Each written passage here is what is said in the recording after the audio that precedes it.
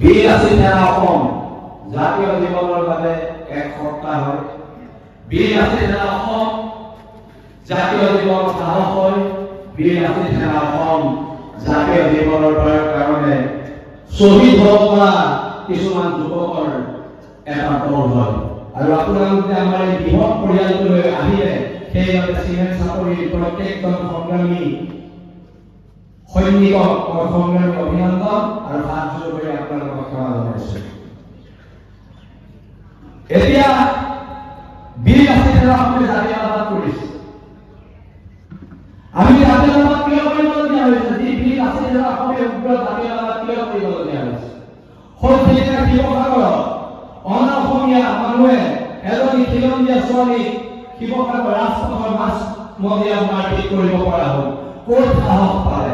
ভিনত বাংলাদেশীয়ে অসমীয়া ছোৱালী বলাৎকাৰ কৰিব পৰা হ'ল। ক'ত সাহস পালে? চিৰাপথাৰত শ্বহীদ দেৱীক গুল মাৰিব পৰা হ'ল। ক'ত সাহস পালে? বীৰ আছিল সেনা অসমে কৈছে যে আক্ৰমণ হ'লে প্ৰত্যাক্ৰমণ হ'ব আৰু হ'ব। ইহঁতৰ গুণ্ডামি চলিবলগীয়া নহ'ব আৰু নহ'ব। কোনো কাৰণত গুণ্ডামি চলিবলগীয়া নহ'ব। আজি ইয়াত থকা এক পুৰা বৰ্তমান ছোৱালীখিনি নিৰাপত্তাৰ দায়িত্ব কোনে ল'ব? নিৰাপত্তাৰ দায়িত্ব বীৰ আছিল সেনাৰ সৈনিকে ল'ব লাগিব। ইয়াত থকা চিমেণ্ট চাপৰিৰ সৈনিকখিনিয়ে ল'ব লাগিব। এই ছোৱালীখিনি যদি কেতিয়াবা ৰাতিও কিবা কাৰণত ৰাস্তালৈ ওলাই আহিবলগীয়া হয়, মাক দেউতাকে এইটো কথা ক'ব পাৰিব লাগিব যে যা ওলাই যা, চিন্তা নকৰিবি, বীৰ আছিল সেনাৰ ককাইদেউহঁত আছে, তহঁতক কোনো একো কৰিব নোৱাৰে। এই কথা আমি দিব পাৰিব লাগিব। ইয়াত কোনো আমাৰ অসমীয়া মানুহে গুণ্ডামি কৰিব, ইয়াত কোনো বাংলাদেশী মানুহে গুণ্ডামি কৰিব। আমি এইবাৰ চিমেণ্ট চাপৰিলৈ ধৰ্ণা দিয়ে যোনে গুণ্ডামি কৰিব তাক ৰাজপথৰ ৰাজু কয় কাণত ধৰাই পিতা হ'ব। এইটো জাতীয়তাবাদ। জাতীয়তাবাদ এইটো জাতীয়তাবাদ ভয়ত থকা জাতীয়তাবাদ নহয়। কৈ পৰাত কৰি ধৰ্ণা দিয়া জাতীয়তাবাদ নহয়।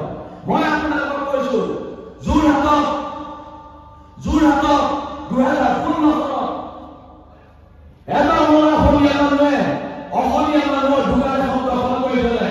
এগৰাকী বৃহৎ মানুহৰ বাৰে মানুহজনী বিভিন্ন সংগঠনৰ ওচৰলৈ গ'ল, ফোন কৰি দিলে।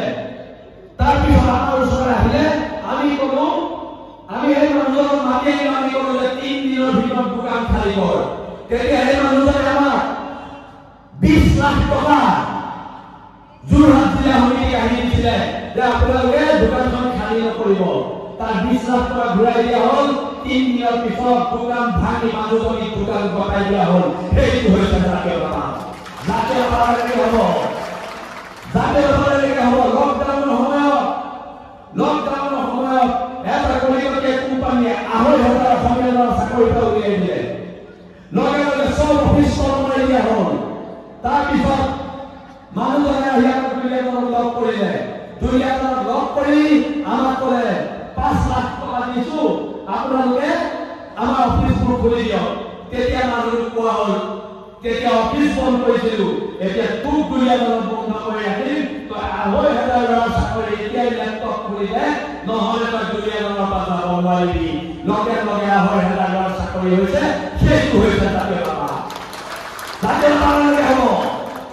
কোনে কৈছে নম্ৰ ভদ্ৰ জাতীয়তাবাদ হয় বুলি? জাতীয়তাবাদ উগ্ৰ হয়। কোনোবা বুদ্ধিজীৱীয়ে গুৱাহাটীত বহি লিখি দিলে নম্ৰ জাতীয়তাবাদ হয় বুলি আমি মানি নলওঁ।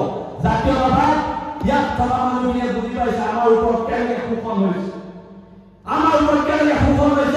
গুৱাহাটীত থকা এচি ৰুমত বহি থকা এই বুদ্ধিজীৱীখিনিয়ে গম পোৱা নাই। গম পাইছে আমাৰ ইয়াত খালী পোৱা মানুহে। যেতিয়া আমাৰ ইয়াত ৰাজস্থানৰ পৰা অহা মানুহে আমাৰ অসমীয়া কৰ্মচাৰীয়ে তাক ৰুমৰ ভিতৰত সোমোৱাই গুৰু লাগুৰি কাটিয়ে, তেতিয়া আমি অনুভৱ কৰো সেই মানুহৰ কষ্ট, সেই মানুহৰ দুখ। আৰু আজিৰ পৰা চিমেণ্ট চাপৰি এনে কথা স্পষ্টকে সকলো বহিৰাগত মানুহক কৈ দিয়া হৈছে, ইয়াত আজিৰ পৰা বীৰ আছিল সেনা অসম আছে, তহঁতৰ গুণ্ডামি নচলিব। যদি আমাৰ চলিছে এতিয়া বন্ধ কথা ইমান, কাৰণ ইয়াত এটা সত্তা আছে, ইয়াত বীৰ আছিল সেনাৰ সৈনিক আছে। অসমীয়া জাতিয়ে মাৰ খাই থাকিব আৰু বহিয়াগত মানুহবিলাকক থানাৰ পৰা লাল চাহ আৰু চিঙৰা খুৱাই বেল দি থাকিব আৰু অসমীয়া মানুহৰ কিবা হ'লে আমাক 3 মাহ জেলত ভৰাব এইবিলাক বস্তু নচলিব আইন যদি সমান সেই বহিয়াগতৰ কাৰণে আইন সমান আমাৰ কাৰণেও আইন সমান আইনৰ ক্ষেত্ৰত বৈষম্য নহ'ব আমি স্পষ্টকৈ কৈছো এতিয়া বীৰ লাচিত সেনা সৈনিকৰ এটা শ্লোগান আছে সেই শ্লোগানটো সকলো অসম বিৰোধী মানুহক আমি কৈ দিছো আজি এই চিনেট চাকৰি পবিত্ৰ মঞ্চৰ পৰা হ'ব পাৰো আমি দুখীয়া আমি কাৰো গোলাম নহয় আঁঠু কাঢ়ি অধিকাৰ খোজা বীৰ লাচিত সেনাৰ সৈনিকৰ নিয়ম নহয় অধিকাৰ কাঢ়ি নহ'ব অধিকাৰ আঁঠু কাঢ়ি অধিকাৰ খোজা নহ'ব অধিকাৰ কাঢ়ি অনাৰ সংগ্ৰাম হ'ব দেশ জাতি মাটি বচোৱাৰ সংগ্ৰাম হ'ব তাৰ কাৰণে চৰকাৰে যিমান জেলত ভৰাই ভাল পায় যিমান বাৰ জেলত ভৰাই সিমান বাৰ জেলত যাম এই সংগ্ৰামখন কাৰ কাৰণে আমাৰ আদি আইন বচোৱাৰ কাৰণে আমাৰ বিহু বচোৱাৰ কাৰণে এই সংগ্ৰামখন আমাৰ মৈদামবিলাক বচোৱাৰ কাৰণে আমাৰ ভূমিটো বচোৱাৰ কাৰণে আমাৰ পেপা বচোৱাৰ কাৰণে আমাৰ সংস্কৃতি বচোৱাৰ কাৰণে আমাৰ ভাষা বচোৱাৰ কাৰণে আজি আমাৰ মাটিৰ ওপৰত দখল হৈছে চৰকাৰৰ কোনো পদক্ষেপ নাই আজি আমাৰ ছোৱালীৰ সতীত্ব হৰণ কৰা হৈছে কোনো ধৰণৰ শাস্তি নাই কাৰো এইদৰে নচলিব সেইকাৰণে আমি জাতি সত্তাটো একগোট হৈ এই বহিৰাগত শক্তিসমূহৰ বিৰুদ্ধে যুঁজিব লাগিব আমি মোগল পৰাস্ত কৰা জাতি ইহঁতক পৰাস্ত কৰিবলৈ বৰ বেছি দেৰি সময় নালাগে বহুত বেছি দেৰি সময়ৰ প্ৰয়োজন নহয় ইহঁতক পৰাস্ত কৰিবলৈ অসমীয়া মানুহৰ ইয়াৰ খিলঞ্জীয়া মানুহৰ সৰলতা বহিৰাগত মানুহে দুৰ্বলতা বুলি ভাবে কিন্তু সেই বহিৰাগত মানুহখিনি আমি এটা কথাই চৰকাৰ কৰি দিছো দেশৰ মানুহে গঢ়ি পিটি অৱদানে হেংদাং ঢাল তৰোৱাল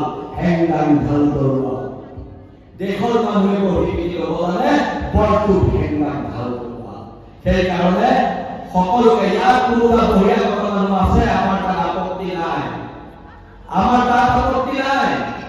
ইয়াত কোটি কোটি টকা ঘটিছে তাত আপত্তি নাই কিন্তু ইয়াত আহি গুণ্ডামি কৰিলি তাত আপত্তি আছে গুণ্ডামি কৰিলে ঠেং ভাঙি যাব সেইটো কিন্তু একদম স্পষ্ট গুণ্ডামি কৰিব নোৱাৰি ইয়াত আহিছ থাক আপত্তি নাই কিন্তু গুণ্ডামি কৰিব নোৱাৰি সেইটো একদম স্পষ্ট কথা অনাগত দিনত এখন ঐক্যবদ্ধ সংগ্ৰাম হ'ব আজি চব পূজাত অসম বন্দীয়ে ক'বলগীয়া একো নাই কিন্তু আজি অসম বন্দী বলে চৰকাৰৰ আহ্বান নাই এই কথাবোৰে আমাৰ খিলঞ্জীয়া মানুহৰ মনত দুখ দিয়ে